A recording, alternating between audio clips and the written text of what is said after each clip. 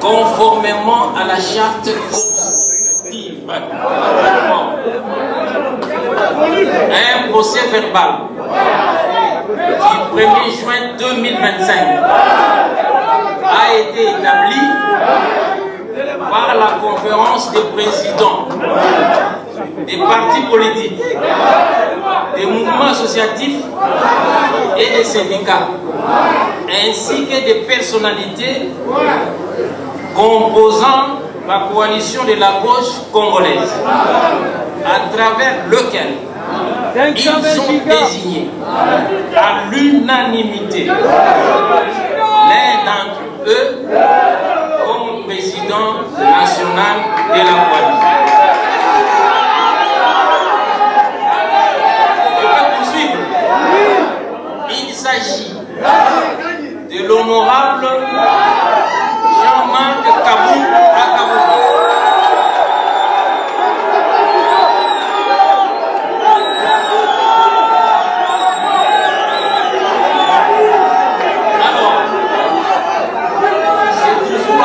De vos applaudissements, que j'invite le président de la coalition de la gauche congolaise, CGC en sigle, l'honorable Jean-Marc Kabunda Kaboun, qui doit prendre la parole pour prononcer son allocution de séjour.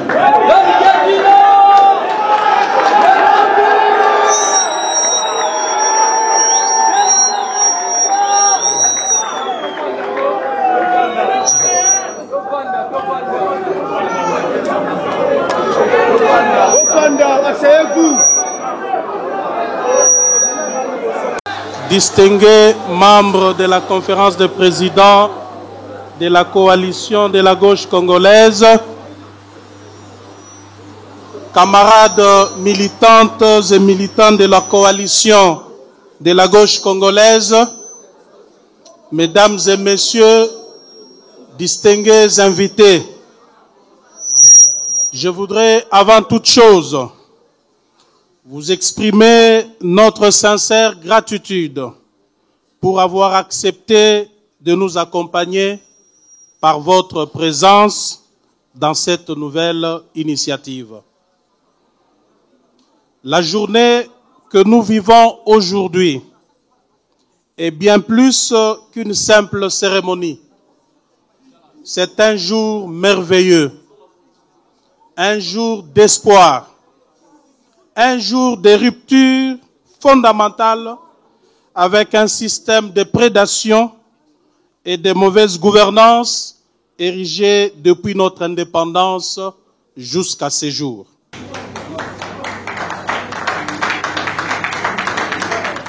Cette journée grave dans le marbre de l'histoire congolaise,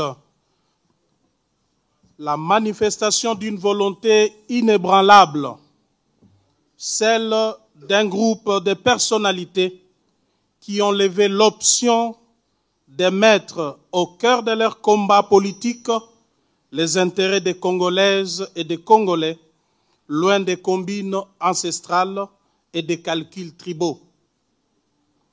Nous fondons une nouvelle expérience politique sur le seul pilier de l'idéologie fondée sur la démocratie, le bien-être intégral de l'homme dans un environnement sain et le bannissement de la domination d'une infime minorité au pouvoir qui accapare les richesses du pays au détriment de la majorité de la population.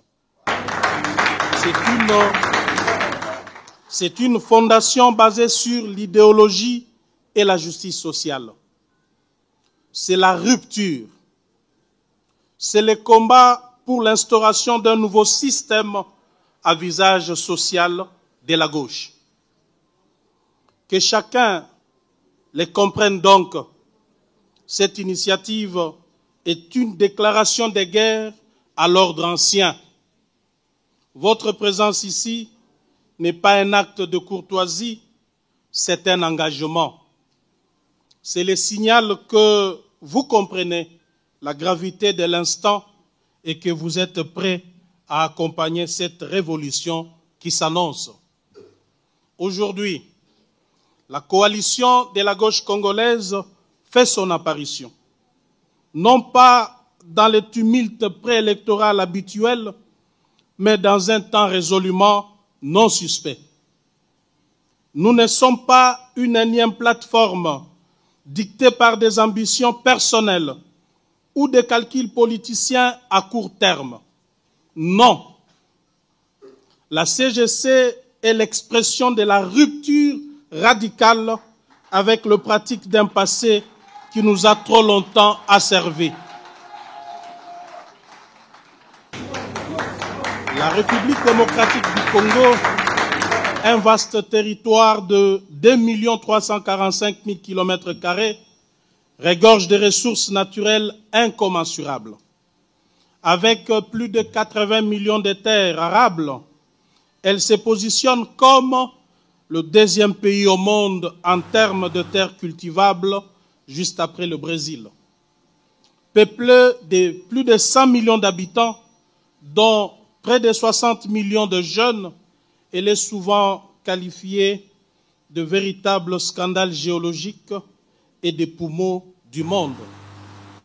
En dépit de ses atouts considérables et après 65 ans d'existence, la République démocratique du Congo n'a jamais réussi à garantir le bien-être de sa population. Le pays se montre incapable de défendre son territoire, de sécuriser ses citoyens, de les nourrir, de les loger convenablement, de les éduquer, de leur administrer la justice ou encore de protéger son environnement. La raison évidente de cet échec réside dans un système de confiscation du pouvoir du peuple, d'oppression et de prédation. Ce système, mis en place dès 1960 par une élite motivée par l'enrichissement personnel, s'est enraciné au fil des décennies sous les régimes successifs, atteignant aujourd'hui son paroxysme. En effet, depuis son indépendance, la République démocratique du Congo a été maintenue dans une instabilité multiforme et permanente causée ou entretenue par sa minuscule élite politique. Depuis son indépendance, la République démocratique du Congo a été plongée dans un cycle interrompu de crises profondes et multidimensionnelles. L'ambition nationale a été systématiquement sapée par un système de gouvernance prédateur, un modèle érigé dès les premières heures de la souveraineté et scrupuleusement suivi par tous les régimes qui se sont succédés. Ces systèmes dont les mécanismes n'ont cessé de desservir le peuple congolais a permis à une élite de s'enrichir au détriment de la nation tout entière.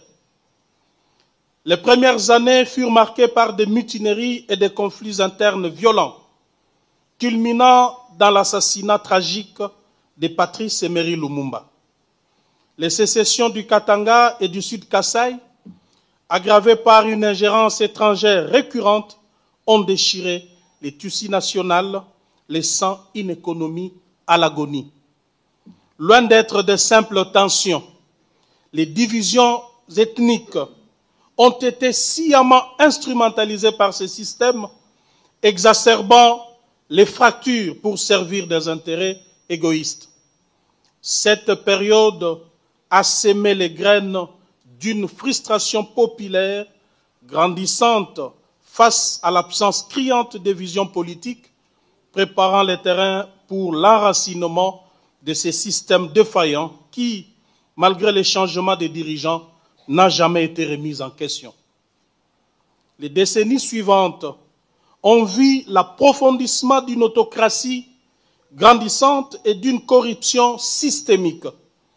Malgré les tentatives de façade pour créer une illusion de grandeur nationale, ces efforts n'étaient qu'un écran de fumée masquant la réalité d'un système toujours plus enraciné, un système que chaque nouveau pouvoir s'est empressé d'adopter et de renforcer. Des politiques économiques désastreuses, telles que la zarianisation, ont conduit à une catastrophe économique retentissante dont les conséquences se font encore sentir aujourd'hui. Pour masquer ces échecs et maintenir un pouvoir absolu, ce système a exercé une répression sanglante, caractérisée par des purges systématiques de toute opposition et des violences massives et barbares des droits de l'homme.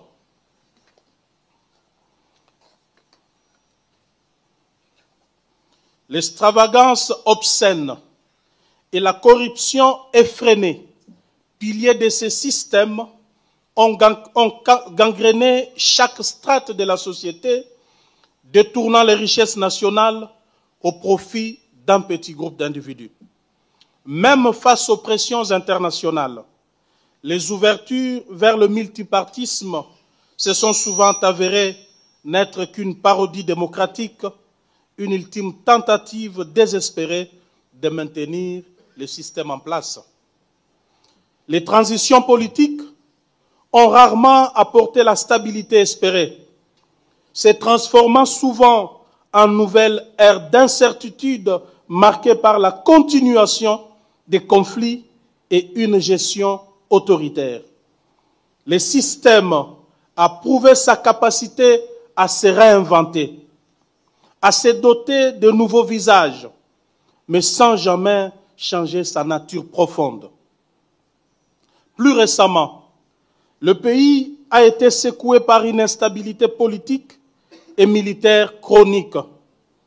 Des accusations massives et non démenties de fraudes électorales ont miné la crédibilité du processus démocratique, alimentant une contestation populaire légitime de la gouvernance. Les abus de pouvoir flagrants et la corruption éhontée ont révélé une kleptocratie institutionnalisée qui n'est qu'une facette de ce système global. Les conflits armés incessants, particulièrement dans l'est du pays, ont plongé des régions entières dans les chaos humanitaires et sécuritaires.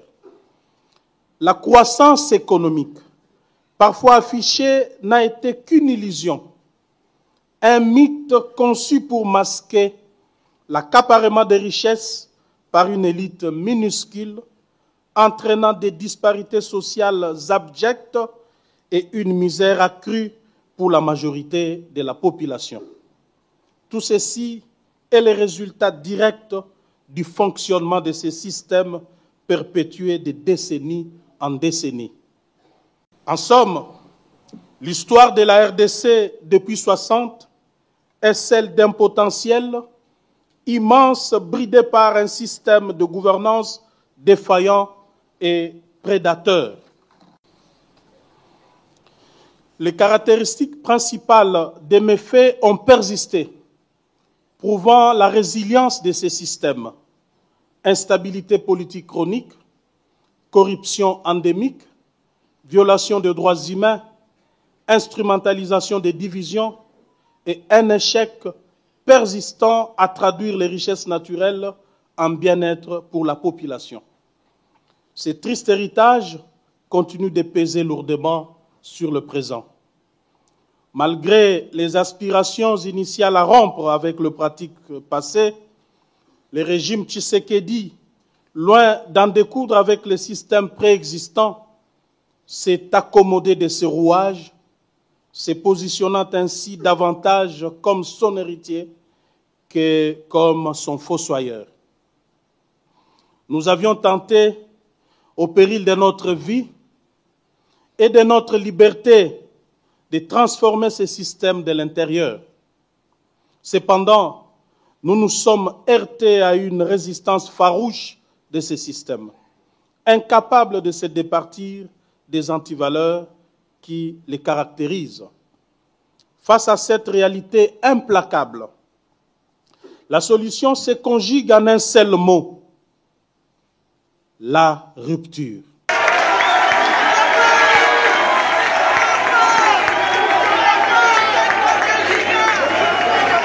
Le peuple congolais ne peut plus se contenter de demi-mesures ou de simples réajustements cosmétiques.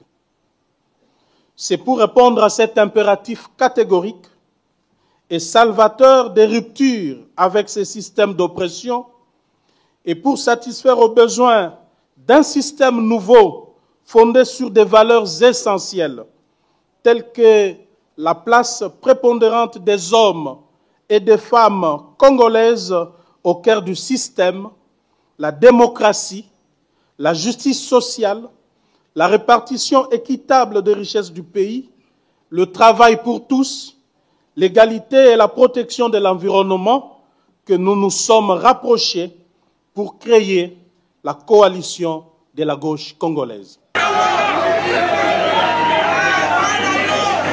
Mesdames et messieurs, distingués invités, l'évocation de ces faits malheureux qui émaillent l'histoire de notre pays était nécessaire. Car, comme l'affirme le professeur Alfred Glosser, je cite, « Décrire les réalités humaines, essayer de les comprendre, c'est peut-être aider à la fois ceux qui exercent le pouvoir et ceux qui le leur confient à mieux appréhender ces réalités.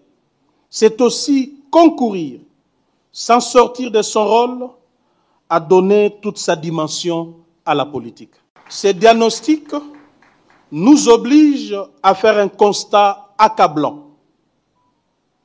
L'échec de l'ensemble de notre classe politique. Trop souvent, ces acteurs politiques sont corruptibles ou corrompus, peut-être corrupteurs, détourneurs de fonds publics et parfois même fossoyeurs de la justice.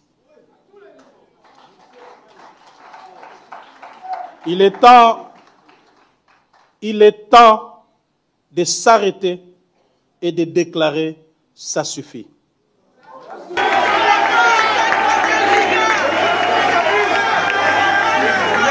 Notre peuple a tant souffert de cette situation. Nous devons nous arrêter et dire que maintenant c'est fini. C'est pourquoi nous en appelons à une véritable remise en question de l'ensemble de la classe politique congolaise. Il est essentiel aujourd'hui de réfléchir à la réelle contribution, à l'impact concret que les innombrables partis et plateformes politiques ont apporté à notre pays depuis 60. Jusqu'à ce jour, le bilan doit être analysé avec lucidité pour envisager un avenir meilleur. Comme on le sait, les plateformes politiques en République démocratique du Congo n'ont été jusqu'à présent que des constructions éphémères conçues à la veille des élections pour le seul et unique dessein de soutenir un leader autoproclamé éclairé. Ces structures, érigées dans l'urgence et dépourvues de toute conviction idéologique profonde, sont dissoutes aussi vite qu'elles sont apparues, laissant derrière elles un sillage d'opportunisme et de déception. Elles incarnent, ces structures politiques incarnent la faillite d'une classe politique incapable de s'élever au-dessus des ambitions personnelles et des calculs électoralistes. Fort de ce diagnostic, basé sur l'expérience dans notre pays, la CGC n'est pas une énième plateforme politique dictée par des ambitions personnelles ou des calculs politiciens à court terme venus s'ajouter aux centaines existantes.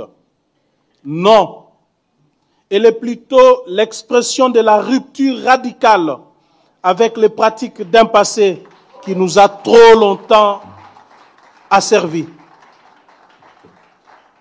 Nous naissons des profondeurs de la société congolaise.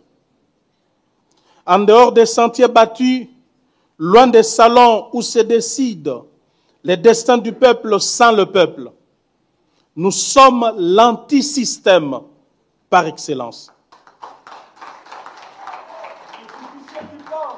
Notre particularité réside dans le fait que nous rassemblons uniquement des partis politiques et des citoyens qui partagent véritablement les valeurs cardinales de la gauche, comme dit si haut, je cite, la justice sociale, l'égalité des chances, la solidarité, la souveraineté nationale pleine et entière sur nos ressources, la dignité humaine, la protection de l'environnement et une gouvernance transparente et responsable. La CGC ne se construira pas autour d'un homme providentiel, mais plutôt autour d'un leadership crédible, visionnaire, fondé sur une idéologie claire et d'un programme de gouvernance concret. Nous rompons avec la floraison désordonnée des regroupements politiques sans âme pour construire une plateforme politique solide unie par des principes inébranlables. Notre objectif n'est pas de succéder au système actuel, mais de le transformer en profondeur, de ses fondations au sommet, pour bâtir une république au service de tous les Congolais. Nous sommes l'antisystème, ne regroupant que les partis, les Congolaises et Congolais qui partagent les valeurs de la gauche. Mesdames et messieurs, distingués invités, chers camarades, dans les jours à venir, la coalition de la gauche congolaise ne se contentera pas de dénoncer. Nous agirons. Nous participerons dans le débat public. Dans les jours à venir, la coalition de la gauche congolaise ne se contentera pas de dénoncer. Nous agirons.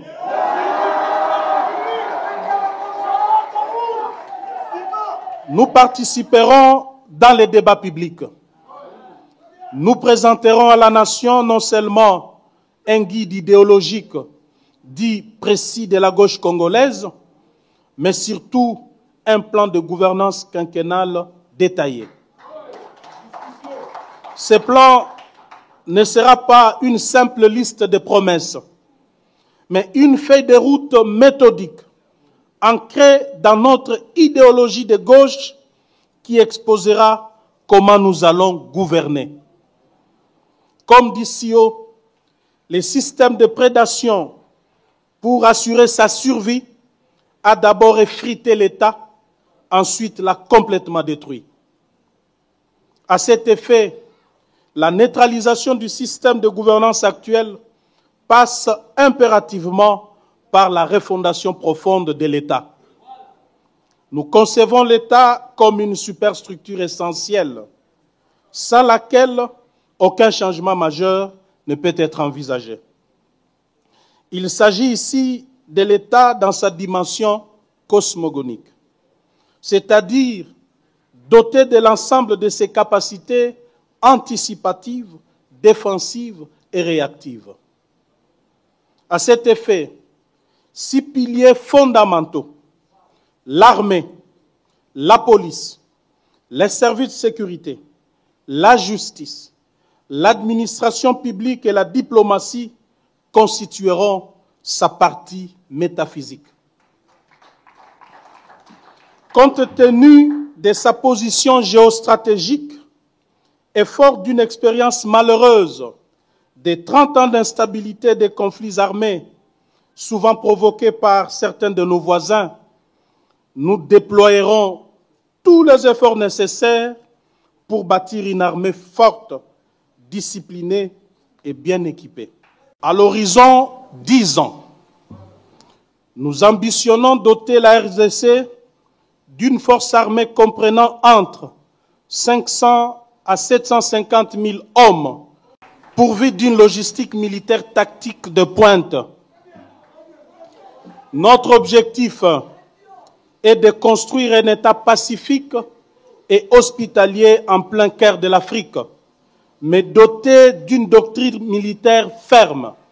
Je cite, « Tout acte ou déclaration d'un État voisin susceptible de menacer notre indépendance, notre souveraineté, ou la paix et la sécurité de notre peuple sera considérée comme une déclaration de guerre. »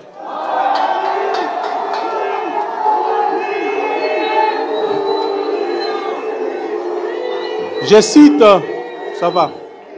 Notre objectif est de construire un État pacifique et hospitalier en plein cœur de l'Afrique, mais doté d'une doctrine militaire ferme.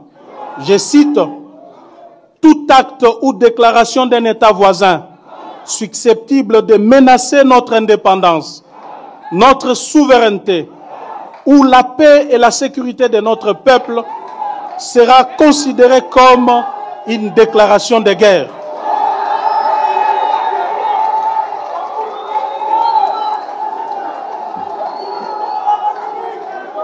Par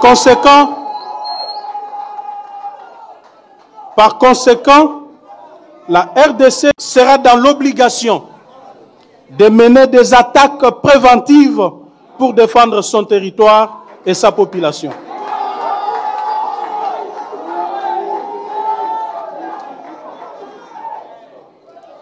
Ceci voudrait dire que pour des raisons existentielles, la guerre ne sera pas une option, mais une obligation sacrée. Pour y parvenir, la RDC doit acquérir à l'horizon 30 ans les armes stratégiques. Mesdames et messieurs, distingués invités, chers camarades, chaque aspect de la vie de notre nation sera abordé avec des propositions claires et des méthodes éprouvées.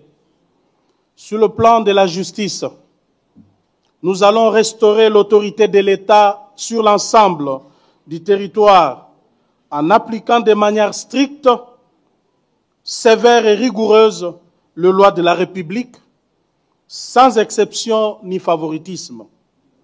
Nous veillerons à ce que la justice soit réellement indépendante et ne soit pas biaisée en faveur des riches face aux pauvres, ni à l'avantage de la majorité au pouvoir contre ses opposants. La justice à double vitesse n'aura plus sa place. Sur le plan économique,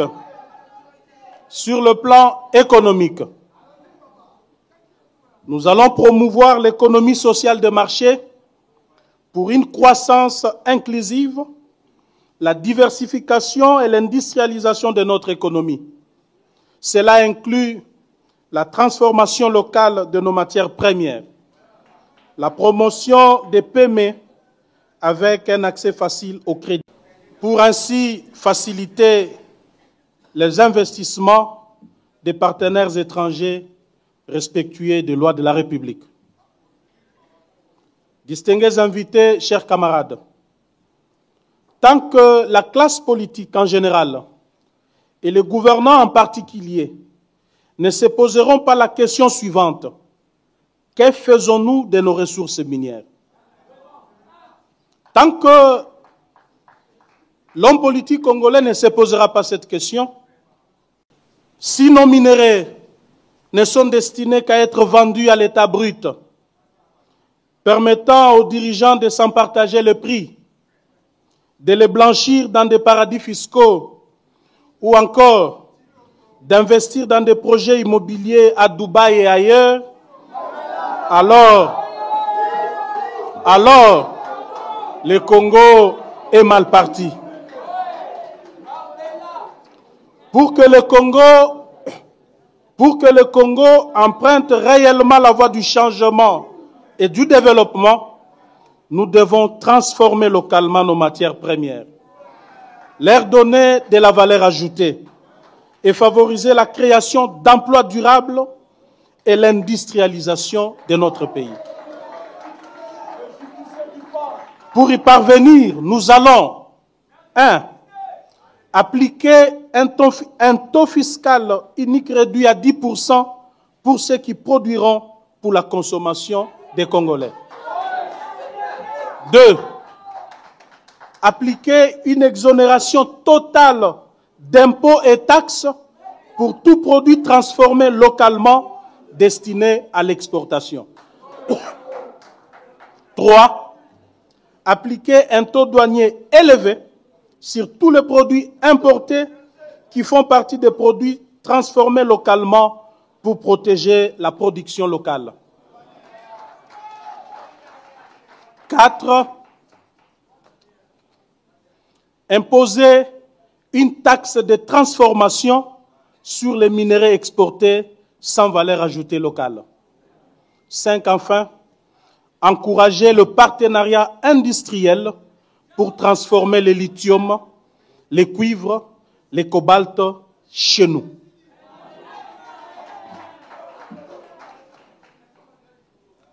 Nous mettrons en place 3 réformes majeures pour bâtir une économie digne et souveraine.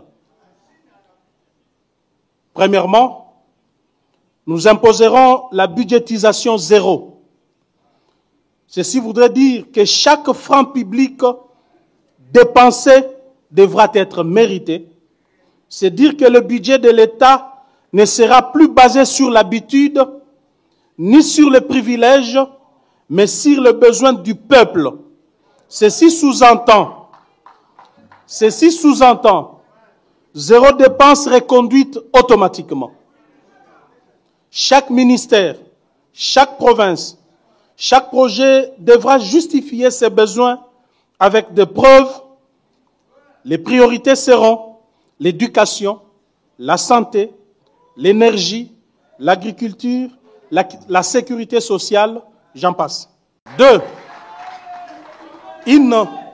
Une fiscalité juste, simple et numérique pour relancer la production. Chaque contribuable aura un identifiant fiscal biométrique. Fini les doublons, les fraudeurs et les fictifs. 3. L'économie populaire et productive. Chaque Congolais vivra de son travail, car nous croyons à la force des bras et des idées congolaises et non aux aides étrangères. Sur le plan des infrastructures, nous visons un développement équitable qui connecte nos provinces, facilite les commerces et garantit l'accès aux services essentiels. Sur le plan social, nous mettrons en place des programmes sociaux spécifiques, bien planifiés, pour des catégories de personnes bien identifiées. Ainsi, nous faciliterons l'accès aux services sociaux de base à tous. Ici, je cite l'éducation, la santé, l'eau, l'électricité, les transports, et j'en passe. Sur le plan diplomatique, nous allons mener une politique étrangère souveraine, respectueuse de nos intérêts nationaux et œuvrant activement pour la paix et la coopération régionale.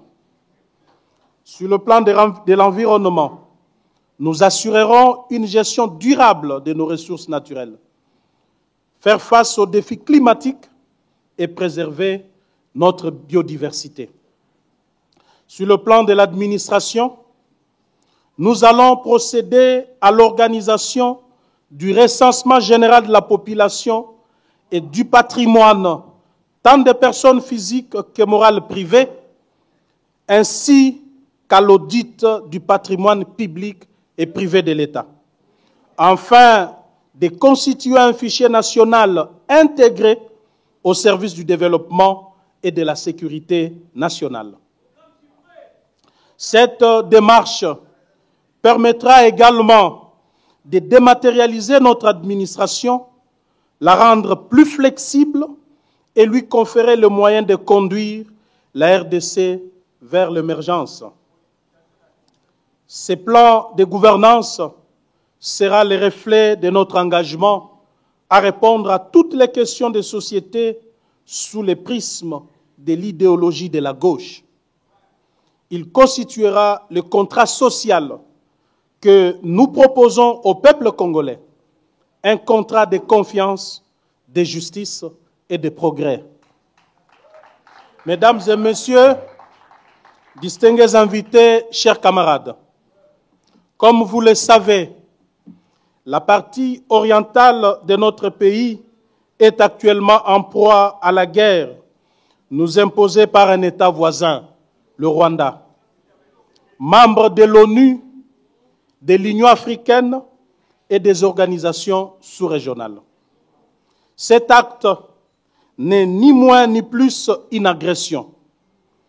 Défini par la Charte des Nations Unies à son article 39 comme acte perturbateur de la paix et la sécurité internationale, ainsi que d'autres instruments juridiques internationaux.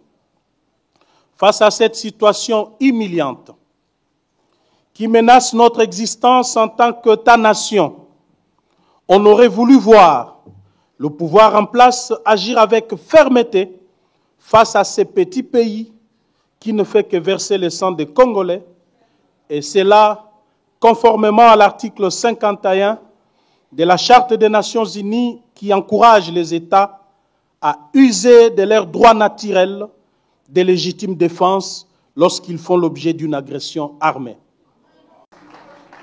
Ce n'est pas la force du Rwanda qui nous a servi.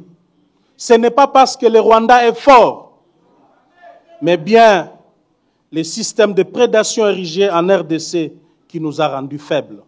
Mesdames et messieurs, distingués invités, chers camarades, face à l'incapacité du pouvoir en place de sécuriser les Congolais, de protéger l'intégrité territoriale de notre pays, et au regard de l'ampleur de cette tragédie nationale, nous mettons aujourd'hui la communauté internationale, et en particulier le Conseil de sécurité de l'ONU et l'Union africaine, devant leurs responsabilités historiques.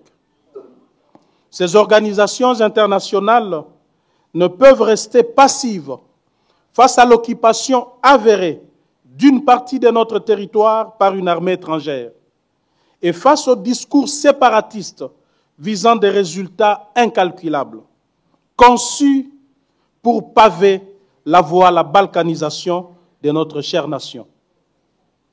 C'est pourquoi la coalition de la gauche congolaise propose une approche de dialogue à double niveau, exigeant l'action résolue de la communauté internationale. Premièrement, nous proposons le dialogue entre Kinshasa et Kigali.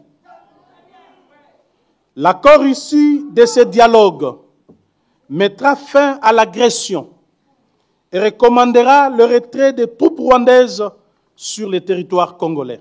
Nous souhaitons que le Rwanda et la RDC soient amenés à trouver un terrain d'entente sous la pression et l'ingénierie diplomatique de toutes les organisations internationales. Tous les processus déjà engagés, des Doha aux approches de Luanda et de Nairobi intégrés au processus de Lomé, en passant par le processus de Washington, doivent impérativement aboutir à deux objectifs non négociables. 1. La cessation immédiate des hostilités et le retrait inconditionnel de l'armée rwandaise de notre sol. Ce retrait devra ensuite être rigoureusement surveillé et contrôlé par le Conseil de sécurité de l'ONU avec des mécanismes de vérification impartiaux et contraignants. 2. Le dialogue global et inclusif entre Congolais pour une cohésion nationale durable. Tout en félicitant le Conseil de sécurité de son implication dans la résolution de la crise en RDC à travers la résolution 2773, la coalition de la gauche congolaise demande fermement au Conseil de sécurité de l'ONU, appuyé par l'Union africaine, de prendre une résolution contraignante pour pousser le pouvoir de Kinshasa à convoquer sans tergiverser un dialogue national inclusif, conformément aux principes de la Charte des Nations Unies, notamment dans son chapitre 6. Et des actes constitutifs de l'Union africaine, tels que le protocole relatif à la création du Conseil de paix et de sécurité, ces organisations ont le mandat et la responsabilité d'agir lorsque la paix et la sécurité internationale sont menacées. Ces deux organisations internationales devront non seulement garantir la bonne tenue de ces pourparlers par la désignation de la médiation, mais aussi l'application sans faille de l'accord politique qui en résultera. Un tel dialogue, conduit sous une médiation internationale crédible et neutre, serait le seul à garantir que les résolutions adoptées ne restent pas lettre morte, comme ce fut malheureusement le cas par le passé, notamment avec certaines résolutions de la Conférence nationale souveraine en 1992 et les dialogues de la CENCO en 2016. Nous avons déjà constaté comment la mauvaise volonté politique et la coalition de certains Congolais avec les ennemis de notre pays ont permis de violer impunément ces engagements, poussant certains à prendre les armes. La rupture que la coalition de la gauche congolaise propose, c'est aussi refuser catégoriquement les dialogues avec des arrière-pensées, refuser les agendas cachés. C'est la rupture avec toute forme de manipulation interne ou externe. Cet appel est non seulement pressant, mais vital. La CGC lance donc cet appel solennel à la communauté internationale à se montrer à la hauteur de ses responsabilités face à cette tragédie qui marque l'histoire de notre monde. À ce sujet, la coalition de la gauche congolaise s'oppose à toute idée de diviser les Congolais en deux camps. Tant nous nous opposons à ceux de nos compatriotes qui ont pris les armes contre leur pays, autant nous condamnons la mauvaise gouvernance, les détournements des deniers publics, l'instrumentalisation de la justice, les arrestations arbitraires, l'acharnement politique contre tous ceux qui ne partagent pas la même vision que les dirigeants, le mensonge, le tribalisme, la manipulation, les violations massives des droits de l'homme par le pouvoir de Kinshasa. La coalition souligne que le patriotisme ne se limite pas à des déclarations, mais se manifeste par des actions concrètes. Nous appelons tout le monde à l'humilité et au dépassement de soi pour sauver notre pays.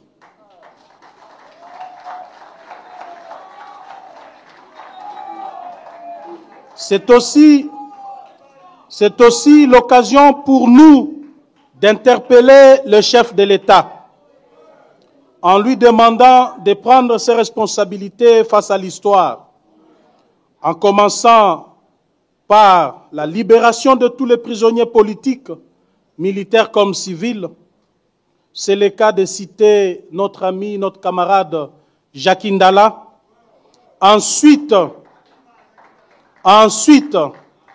d'écouter la voix de la sagesse qui voudrait qu'un dialogue inclusif entre les Congolais soit convoqué pour mettre fin à la guerre dans notre pays avant qu'il ne soit trop tard. Nous lui disons que l'heure est grave et ce n'est ni le moment de prêter oreille aux tambourinaires et aux chants de sirènes. Nous lui disons que l'heure est grave et ce n'est ni le moment de prêter oreille aux tambourinaires et aux chants de sirènes, ni de tergiverser, car notre pays court un danger de balkanisation comme jamais auparavant. Nous lui disons qu'il sera le seul à porter la responsabilité devant l'histoire si l'irréparable arrivait à notre pays. Chers compatriotes, chers camarades de la CGC, l'ère de la rupture a sonné, l'ère de l'antisystème est arrivée. Ensemble, bâtissons la République démocratique du Congo que nous méritons. Une république où l'égalité, la solidarité, la justice sociale, la protection de l'environnement, le progrès, la tolérance et la liberté règnent en maître, constituant les piliers inébranlables de notre nation.